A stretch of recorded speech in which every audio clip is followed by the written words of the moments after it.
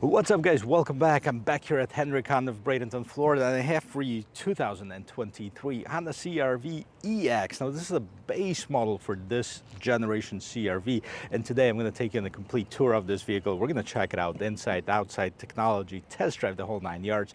Before we do that, if this is the first time we meet, my name is Matt here on Matt the Car Guy. I post 2 car reviews every single week, so if that's something you enjoy watching, go ahead and check out the rest of my channel.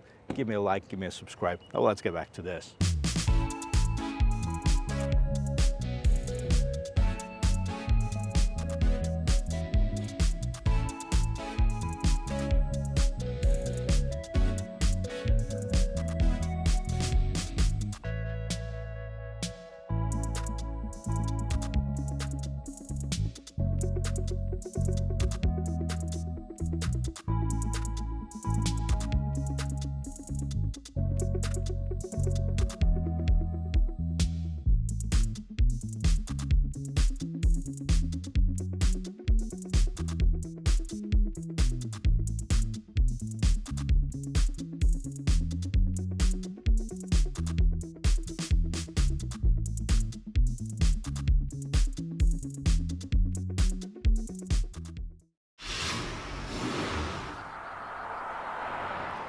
Since 1997, Honda Cr-v has been one of the most popular models in the Honda lineup, and this is a brand new generation, 2023, completely redesigned. But I think Honda smoothed it out from the previous generation, make it look a little bit simpler, a little smoother, although I do have to tell you that I like the previous generation a lot, so it's gonna have to be some huge differences. Now, as far as the size, it sits a little bit wider and longer, and it does have a slightly larger wheelbase, so it should have a little bit more room for driver, passenger, as well as the cargo space. Well, let's take a look at the front end of this vehicle. I've already done the EXL, which is the higher trim level, and that really doesn't differ much from here with the exception of a few features. So the hood is nice and long. It does have the 2 indents on both sides, creating this nice, more aerodynamic look on this vehicle. It does have the lights that are a lot narrower than they used to be on the previous generation. They still have this claw-like design with this chrome trim in between that continues across the entire vehicle. Now you have the big Honda logo. That's much bigger than it used to be. This one doesn't have the front view camera, piano black grille, a lot of open spaces for the air to get inside and make its way to help cooling with the engine. And you have this matte black trim at the very bottom of the vehicle. A little bit of the air intakes in here. This is actually open, so it helps with the airflow, helps with the aerodynamics of the vehicle, and overall a nice clean look. So if you wonder what powers up this thing, let's check it out. Familiar look underneath the hood, and that's because this 1.5 liter turbocharged 4-cylinder engine has been used in the previous generation Cr-v as well as other Honda models, including the Civic and the Accord. 190 horsepower, 176 pound-feet of torque, made it to a CVT transmission. This is an all-wheel drive vehicle, so it has the ability to deliver power to all 4 wheels. What I like about this setup is the hood struts. So you know me, I don't do the prop sticks very well. I don't see any hood insulation underneath here, so we're gonna see if it makes it any noisier on the inside when I drive it. Honda Cr-v has definitely grown over the years, and with this generation, this is the largest Cr-v that we've had so far at 184 inches long. This is longer than the original Pilot when it was first introduced, which is crazy. Now, what do you get on this base trim level? I like this cladding that continues throughout the entire vehicle. It does have some marker lights on the sides. Those are the reflector lights. 18-inch rims, aluminum rims come standard on this vehicle. 235 by 60 is the size of the tire. You have the color coordinated top of the mirror. You have the turn signal in here, blind spot assist. You also get, as a standard equipment, you do have the smart entry system in here. As far as the window setup, you do have the chrome surroundings around the windows. Overall, a very nice, stylish, plain look. But let me know what you think about it. I actually like the outgoing one, so it's hard for me to say that I'm in love with it, but it actually looks pretty decent. We'll check it out from the back. You do have a gate spoiler, third brake light. You do have the exposed wiper in here. Combination light, so this is an LED plus the incandescent turn signal right here. Cr-v spelled out. Honda logo, all-wheel drive, nothing else over here. Scrolling down to the bumper, matte black, nicely protecting this vehicle. You have some reflector lights, and really you can barely see the exhaust, so you can see that there's no visible exhaust tips. The gate is manual on this model, but it's not really hard to open it, so let's check out the roominess in here. Check this out, guys. The roominess has vastly improved over the previous generation one. So underneath here, you have the spare tire, you have the floor jack, and then over here, this is all your cargo space. It's pretty tall, it's wide, it's deep, and if you needed more room, you can actually fold these seats down. They are 60-40 split. It's pretty far reach, but I think I'll be able to do that. So there you go. So you have your 3 settings for your recliner, and now the seats go down. So this is how much room you have with the seats folded down. Some illumination in the back, and you have the power outlet, and that's all that you have in the back here. Well, you can definitely feel the size of this vehicle inside. I gotta tell you, I just did a Lexus RX 350 brand new 2023, and I can honestly tell that this has more room than that vehicle. And it is, technically, it's a little bit smaller, but very roomy, very spacious, tons of headroom, tons of knee room, tons of foot room, all of that stuff, and shoulder room. It's nice and comfortable. Now, I do have probably about 4 inches before I would hit the back of the seat, and this seat is adjusted to my regular driving position. I am 6 feet tall for a point of reference. And let's check out the rest of this interior. Starting with the door panel and the back, pretty simple, nothing too crazy. I do like this trim that goes around here, a little bit of the 3D printed look on it.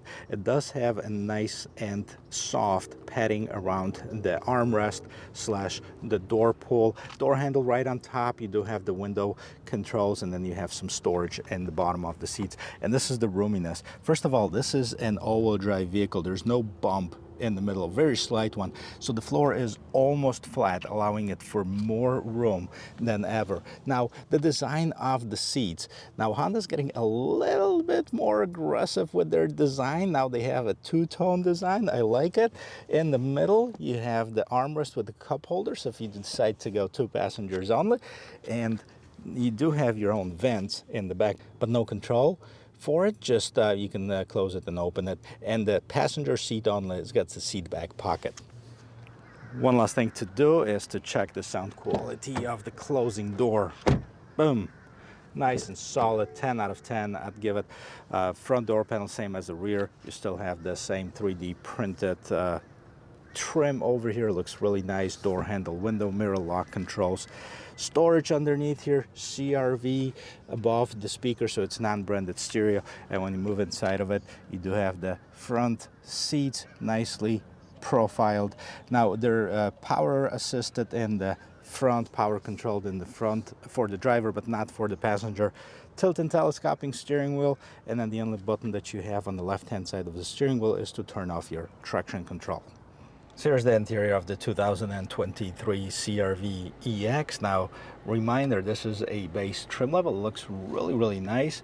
It looks just like the Civic one. You said this honeycomb trim over here, and then the same trim as you have on the doors, and the vents are nicely incorporated into this trim. Now this one, being the base trim level, has the smaller screen. This is the 7-inch screen. Could be bigger, to be honest with you, but let's check out the functionality of it.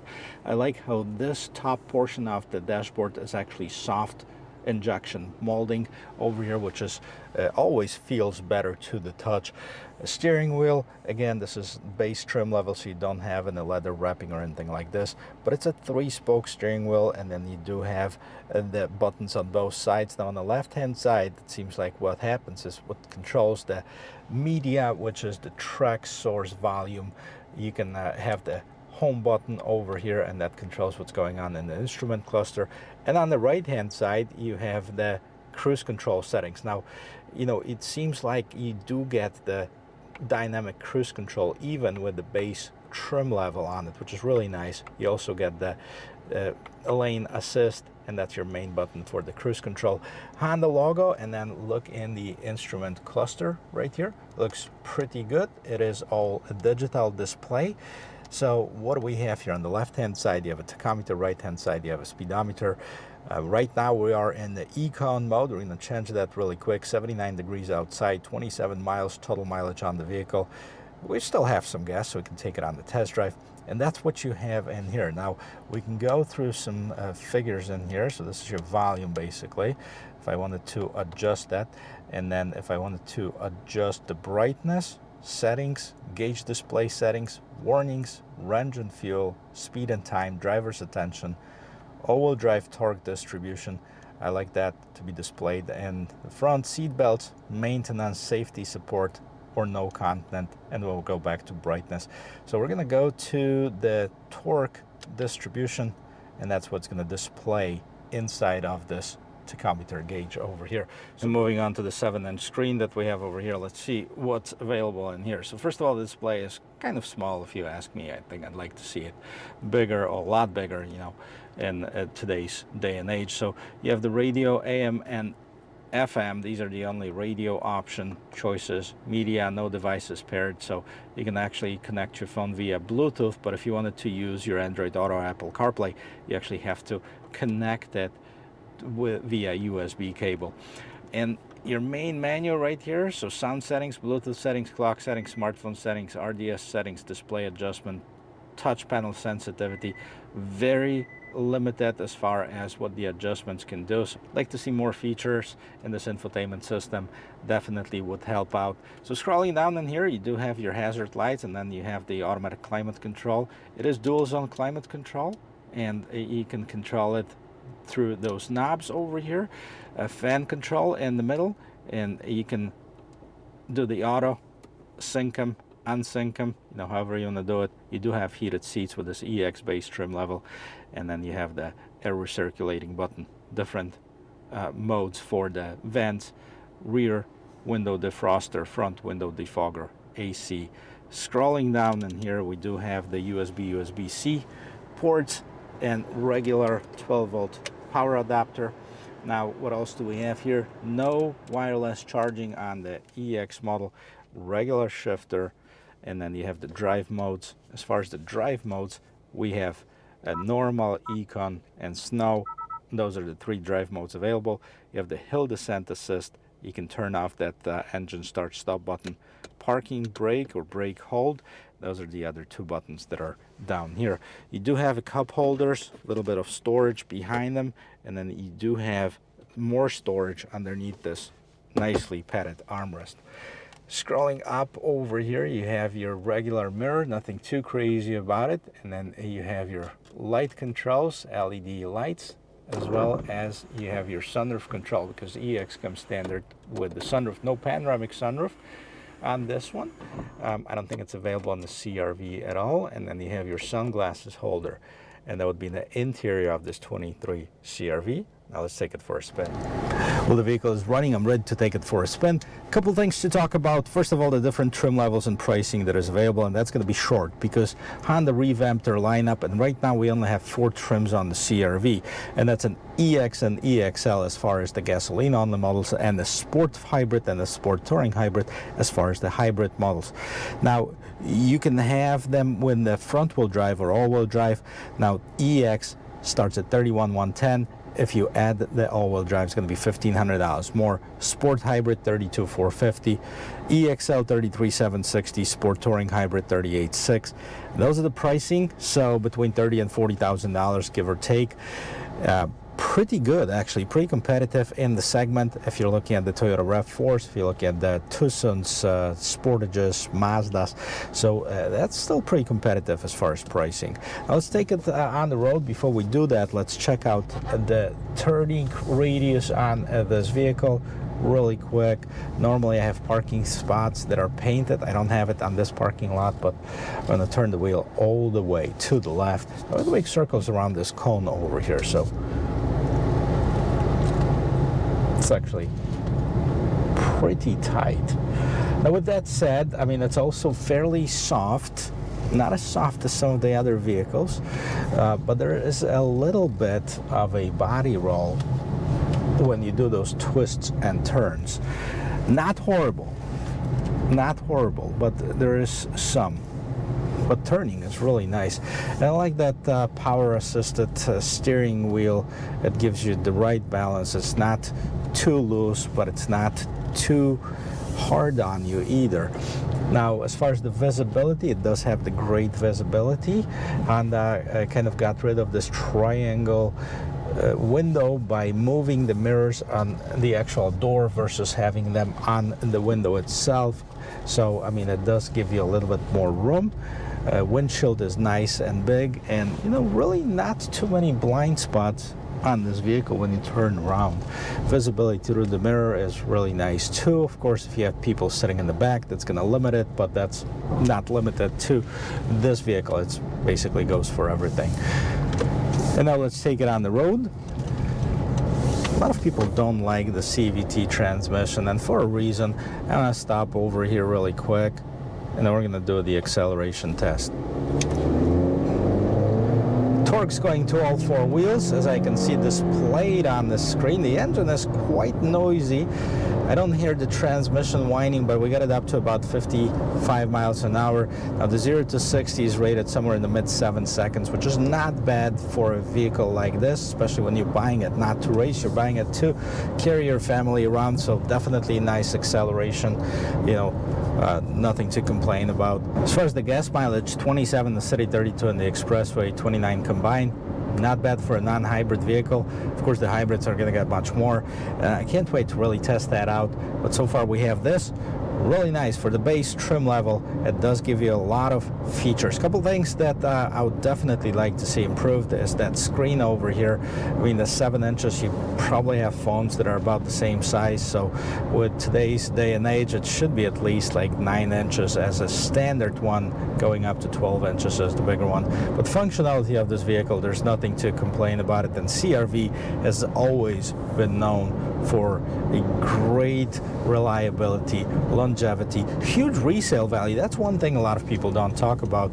Those Cr-vs that are a few years old are going for almost what the new ones are selling for. So keep that in mind when shopping for a vehicle. And with that said, guys, thank you for watching. I hope you liked this video and I hope you learned something. And if you did, share it with your friends and family. And if you like watching content like this, do me a favor, check out the rest of my channel, hit that subscribe button, and if you like this video, don't forget to leave me a like. And I'll see you in my next video. Cheers.